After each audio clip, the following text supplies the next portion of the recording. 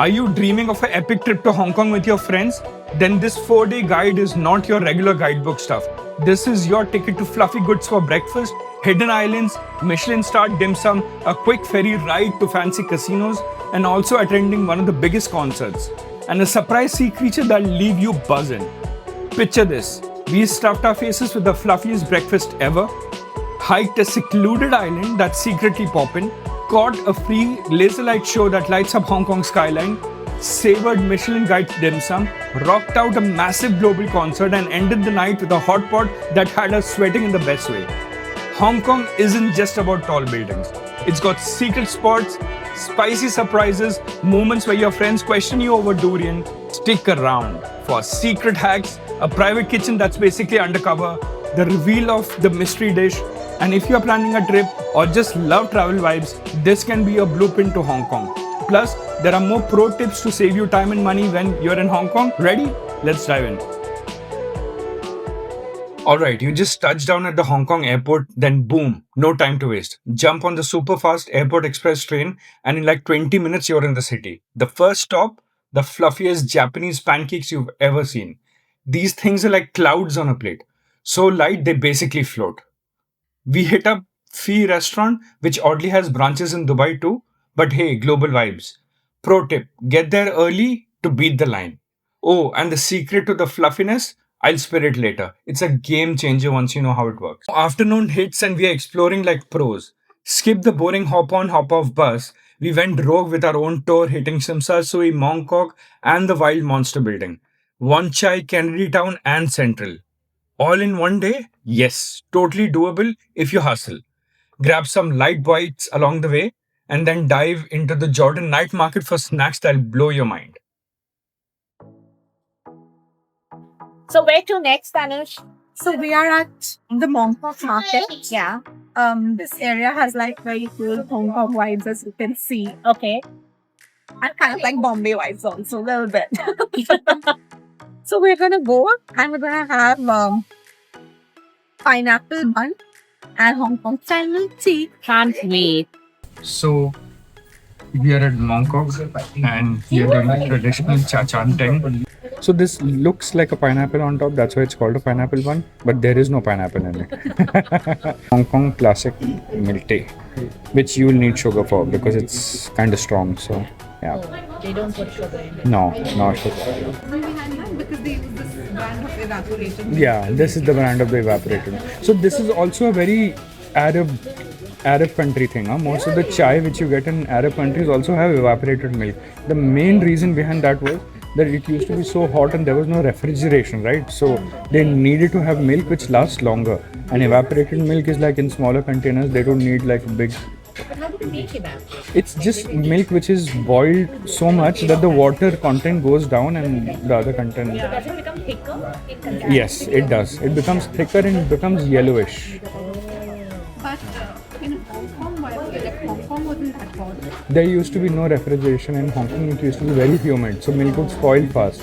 And this region was not known for milk. It was only when the British came and they wanted to have their milk. There was no milk available. There were no cows. It's a stronger black tea flavor. And There is milk in it. and And you guys are not telling me what yeah, it is. there is one more thing which is very important which you have to yeah. Maybe try a smell test as well.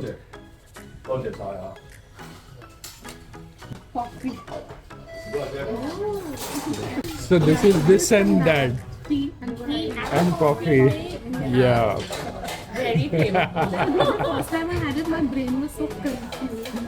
Am I having tea? Am I having Okay. Buddy tried durian, you know, the stinky fruit that smells like gym socks but tastes like heaven. I don't know what to expect, what to quite expect, frankly. So it tastes like a raw mango. Not hating it. Not loving it either. I think this is a different variety.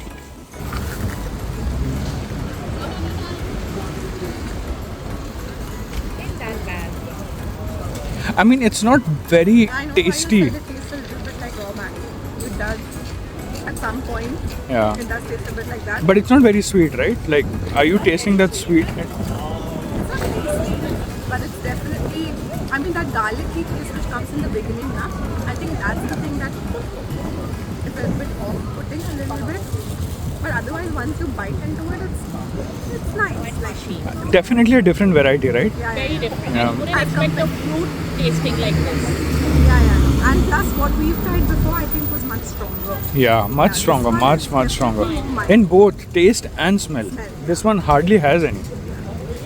As the sun dips, level up to dinner at an izakaya. Think a Japanese bar with tiny, tasty plates to pair with drinks. We booked Fukuro in Central, and yeah, the Hong Kong prices do sting a bit, but it's totally worth it.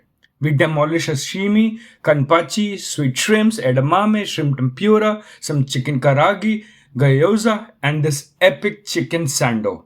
Stuffed? Good, because we are off heading to LKF. What's LKF? Hang tight. It's the spot where the real fun explodes, and I'll take you there later in this video. The next day, we are shaking things up, ditching the urban jungle for an island getaway. Yep. Hop on a ferry with killer views, and in under an hour, you're on Lamma Island. It's secluded with trails, shops, and locals, but spots where you forget Hong Kong's got more skyscrapers than anywhere else in the world. We did a chill hike. Okay, maybe it was more of a fancy walk. Then binged on some Mediterranean food at Terracotta. We had some grilled chicken, hummus with fresh pita bread, burrata, and some crispy calamari that goes perfectly with the ocean stares. Laid back, expat vibes, total opposite to the city's hustle. You got to try this for that reset feel. Back in action. Head to the peak for those iconic Hong Kong skyline shots. It's touristy but essential. We timed it for late afternoon sun, grabbed snacks at the Rajasthan Rifles, spicy and flavorful, and then watched the city glow at dusk. At 8 p.m. sharp every day, there's a free Symphony of the Light show. Lasers, sounds, buildings dancing along the Victoria Harbour. See it from up high or down low. Mind blowing either way. So, what's next after the lights? Dinner time gets sneaky. We booked a private kitchen that's basically a hidden gem. Details coming up, it's reservation only, no English menu and all via apps. But oh man, the flavors. Anyway, we pushed our friends with spicy Sichuan vibes, green beans on fire, black fungus. It's a superfood mushroom, not as weird as it sounds. Then we had chili peppers in sauce and the star, Sichuan boiled fish that's next level tasty. Then the surprise dish. Our friends were terrified it was snake, but nope, it was a sea creature. Can you guess what it is? I'll reveal it at the end. Think slimy but delish. The black fungus, I like the peppers, the beans and pork. And garlic. Yeah, beans, pork and garlic, and I think that the fish was also very good. What about you? For me, the fish, Okay. really flavorful. This one. Amazing, yeah, the chocolate. And even the pepper was really nice. Okay. The rice is also Yeah, really this nice. pepper was very good, man. Yeah, it's something we learned to do. Yeah. So the pepper is like slightly spicy, Yeah. and Yeah. then the sauce is like sweet and sour. Yeah. So it's like such a Break in the taste. it's such an amazing amalgamation of flavors. Okay. Yeah. And then the attempt to have the duck blood was quite But how was that experience? good. The duck blood itself didn't really Yeah, have it's a more of the separate broth taste. and the yeah. unique taste is Yeah. of the broth and the mixing of the vegetables. Basically, they've not done any good by naming, calling it duck blood. Yeah. Yeah. Wrap up the night with skyline views at the Ozone Bar in the Ritz-Carlton.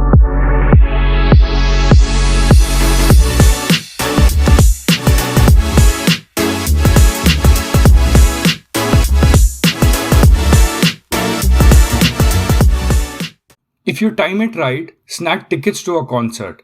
Hong Kong does them flawlessly. Super organized crowds and just a pleasure. This time we got Coldplay and it was pure fire. Lights, music, vibes on point. Total bucket list moment.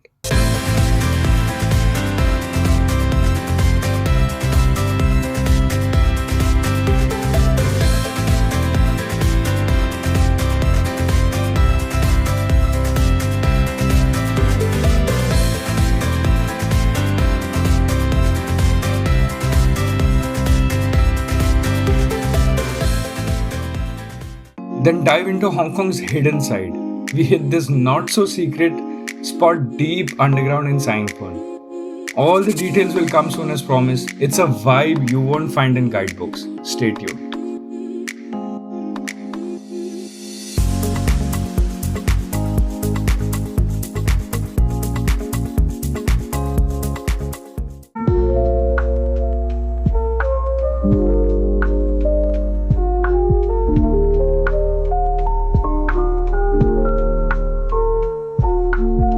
This day blasts off with Ngong Ping cable car on Lantau Island. Go Crystal Cabin for that see-through flow drop. It's heart-pounding views all around. The Big Buddha, climb 268 steps for the Zen panoramas, check monasteries and try vegan eats in the cafeteria.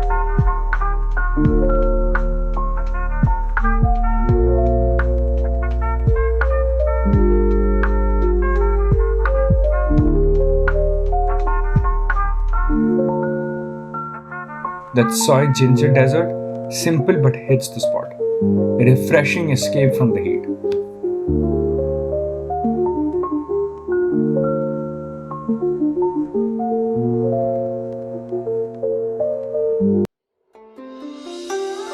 Do a fancy lunch at Duddle's, a Michelin-starred Cantonese which has dim sum that'll ruin you for anywhere else. Time for some spicy food.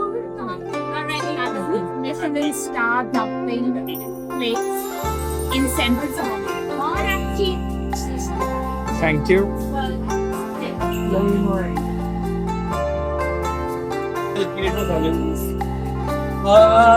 Yummy.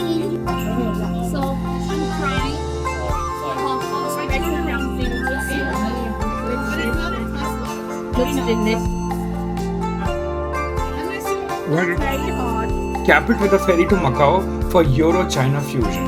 History, gambling luck at the Londoner Venetian Parisian and Wynn. By the way, the Wynn has a cable car entrance which is free and it's super cool. Check out my old Macau video for more details. Link in the description.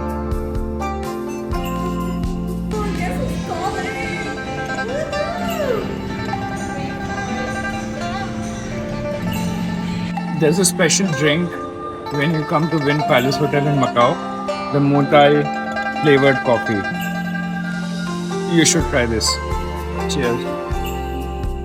Dinner, hot pot heaven at Heidi Lau, the massive chain with insane service. They even dance for you sometimes. We went all in on the broths and dips. Sweaty, fun mess.